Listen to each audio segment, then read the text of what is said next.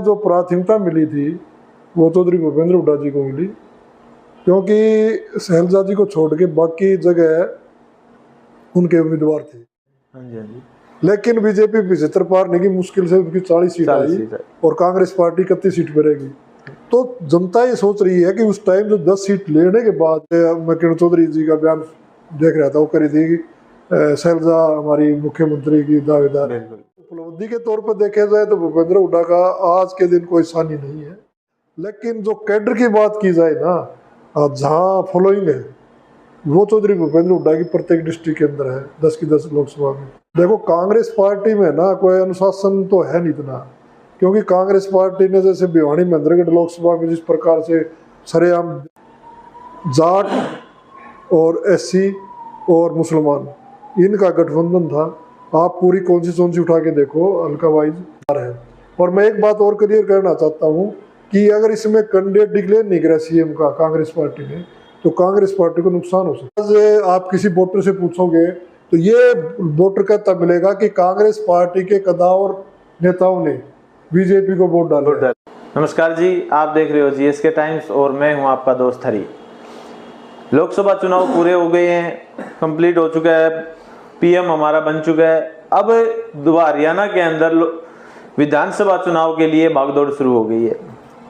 परसों शैलजा ने भी ये बयान दिया है कि अकेले एक बंदा ही नहीं है भागदौड़ में कांग्रेस की तरफ से सीएम के लिए, और भी साथ में हैं। तो उसके लिए हम बात करेंगे। इसी चर्चा के आगे बढ़ाते हुए हमारे साथ मौजूद हैं कमल प्रधान जी। नमस्कार जी। नमस्कार हरी जी, कैसे हैं आप? बस बढ़िया जी, आप सुनाइए। हमारे चैनल पे आपका स्वागत है। धन्यवाद जी, आपको मेरे को बुलाया इसके लिए आपका बहुत बहुत धन्यवाद। सर, आपने देखा है कि विधानसभा चुनाव की भागदौड़ शुरू हो गई है, तो उसमें कांग्रेस की तरफ से दो, जिसको हम पहले भी लेके चल रहे थे, सीएम के दावेदार हैं। भूपेंद्र सिंह हुड्डा जी के लड़के दीपेंद्र सिंह हुड्डा और साथ में शैलजा, तो दोनों ही अच्छे मार्जिन से जीत हासिल किए दोनों ने। तो इसके बारे में आप क्या कहोगे कि क्या लगता है आपको इन दोनों के ऊपर? देखिए, जब लोकसभा चुनाव से पहले भी ये दावे था कि शैलजा सुरजेवाला जी, किरण चौधरी जी ये अपना गुट बनाए हुए थे। बिल्कुल जी, बिल्कुल। और इसमें उन्होंने दावे भी ठोके थे, टिकटों के लिए अलग अलग उन्होंने पैनल भी भेजे थे। बिल्कुल। और हिसार से अलग हर मतलब जितनी 10 की 10 लोकसभा कॉन्स्टिट्यूंसी से भेजे।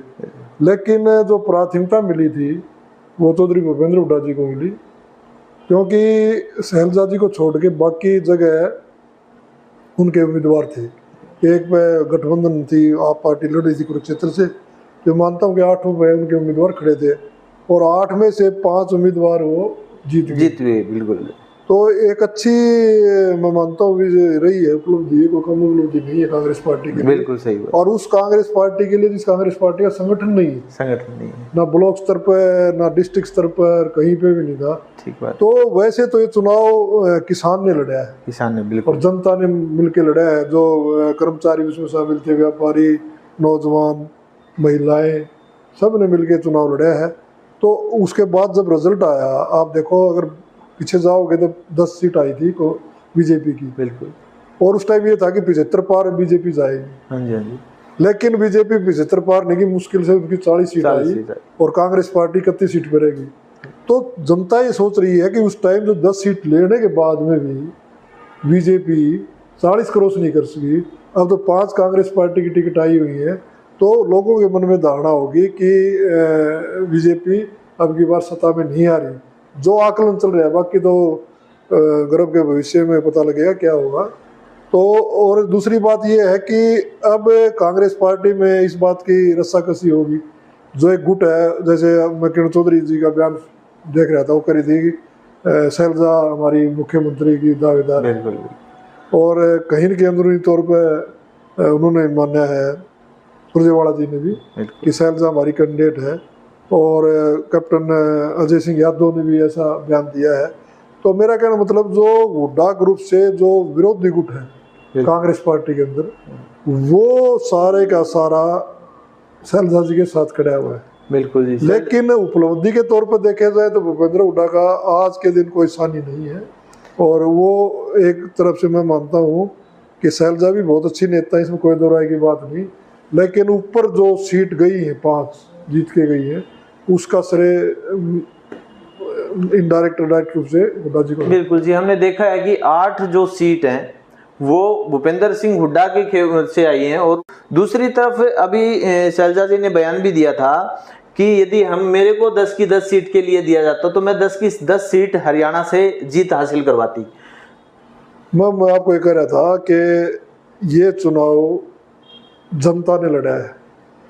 हो सकता है शैलजा जी टिकट देती तो ऐसा संभव होता नहीं, तो वो की बात है, लेकिन जो कैडर की बात की जाए ना, जहाँ फॉलोइंग है वो चौधरी भूपेंद्र हुड्डा की प्रत्येक डिस्ट्रिक्ट के अंदर है 10 की 10 लोकसभा में। तो मैं नहीं मानता कि भूपेंद्र हुड्डा जिंदी उसमें कम सीट आई है, शैलजा जी और ज़्यादा आती। तो ये तो एक तुलना करना थोड़ा मेरे हिसाब से ठीक नहीं है। हाँ, इतना ज़रूर है कि शैलजा जी एक मजबूत कदावर नेता है, और जिस प्रकार से SC कैटेगरी का वोट आया है वो ऊपर से जब देखा कि बीजेपी के जो केंद्रीय मंत्री कहे थे कि हम संविधान को बदल देंगे, तो ऐसे जो वर्ग था हमारे भाई वो है ना भयभीत हो गए थे। उन्होंने कांग्रेस पार्टी से आज थी, इसलिए सब एक लामबंद हो गए, भारी संख्या में लोगों ने वोट इसको डाला है। तो उस कड़ी में मान सकते हैं कि शैलजा जी का भी श्रेय जाता है। अब देखा जाए तो जैसे जाट जो वोट बैंक है उसके बाद सेकंड पे जो आता है वो SC वोट बैंक ही आता है।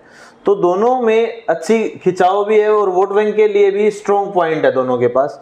तो क्या जो ये ग्रुप है शैलजा जी वाला वो भर के आएगा दोबारा से फिर अपनी सत्ता के लिए?